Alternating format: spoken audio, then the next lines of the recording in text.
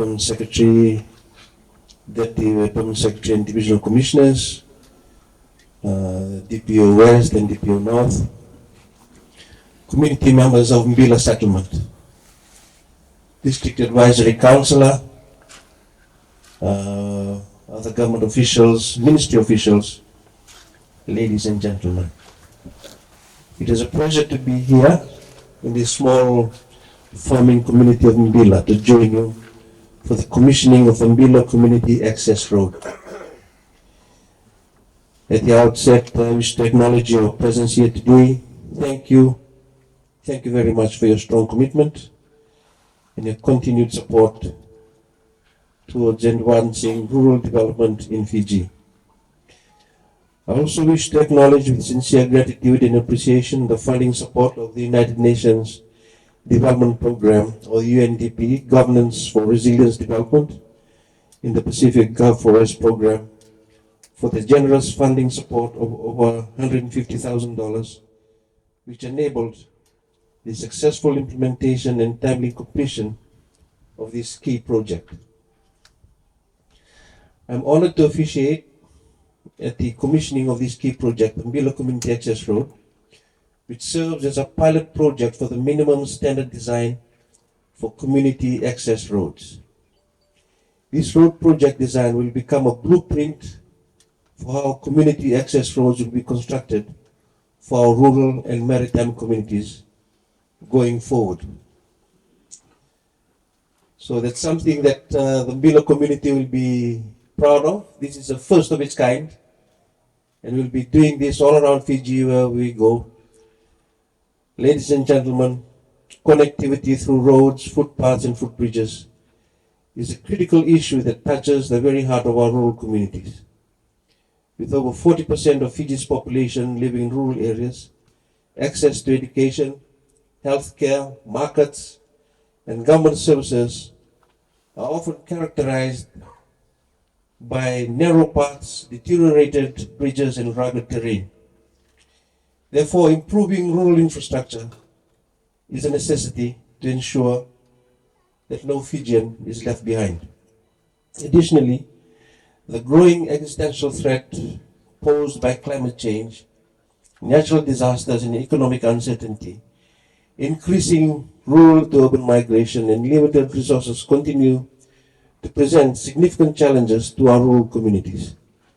These challenges demand that we invest in resilient infrastructure across our rural and maritime areas. This means that the infrastructure we build must be designed to withstand impact of cyclones, floods, earthquakes or economic disruptions, and continue to serve the people when they are needed most. This will mean children will continue attending school, farmers to reach markets, and the sick and elderly to access essential medical care even in the face of mounting adversity. The National Development Plan envisions sustainable and resilient rural communities, and this remains one of the key priorities of the government. There's an urgent need to develop infrastructure that supports inclusive growth and resilient to bridge the gap between rural and urban areas. The ministry also recognizes that the work of building resilience cannot be done in isolation. Demands collective effort and commitment. It is when we work together, we are able to build better, we build smarter, and we build stronger.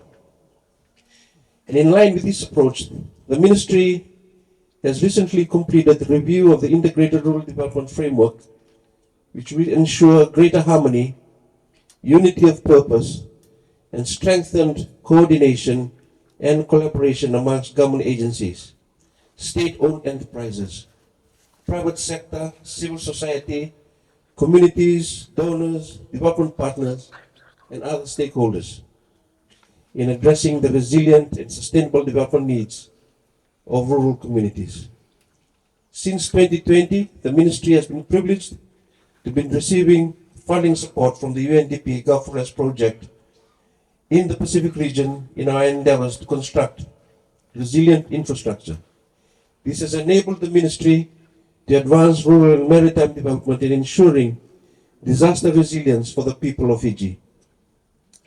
This financial year, the Ministry embarked on a journey to establish a minimum standard design for rural community access roads, footpaths and footbridges to improve accessibility, safety, and bring consistency to the design and implementation of infrastructure by all rural practitioners. The final design culminated after a series of national and sub-national consultations as well as a technical review of past CAF projects implemented by the Ministry. The Ministry is also thankful to the expert advice of the Technical Working Group members made up of the representatives from the Office of the Prime Minister, Ministry of Finance, Ministry of Public Works, and the Fiji Roads Authority. The minimum standard design sets the baseline for safety and resilience, cost effectiveness and efficiency, and social inclusion when designing and building rural infrastructure. It will guide the proper material type, appropriate width, drainage systems, and other key technical aspects suited to Fiji's challenging weather conditions. The adoption of the CAF minimum standard design for community access roads is a game changer for Fiji. These standards ensure that every rural road we upgrade or construct meets minimum requirements for durability and climate resilience. But more than that, they are a tool to empower our officials, guide the contractors, strengthen national planning, and improve access to services. As alluded to earlier, the Bila access road serves as a blueprint for rural community access roads. The upgrade of this access road will ensure that your agricultural produce reaches the market on time, public service transport reaches your doorstep, and provides an alternative route for transportation during disaster times.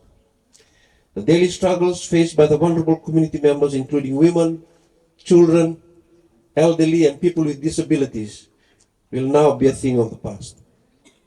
Ladies and gentlemen, today we stand witness to government's commitment to putting our people first. These community access roads will provide a lifeline for our people. That is why government has prioritized the development and standardization of rural access roads to make them safer, stronger, and more sustainable for the current and future generations.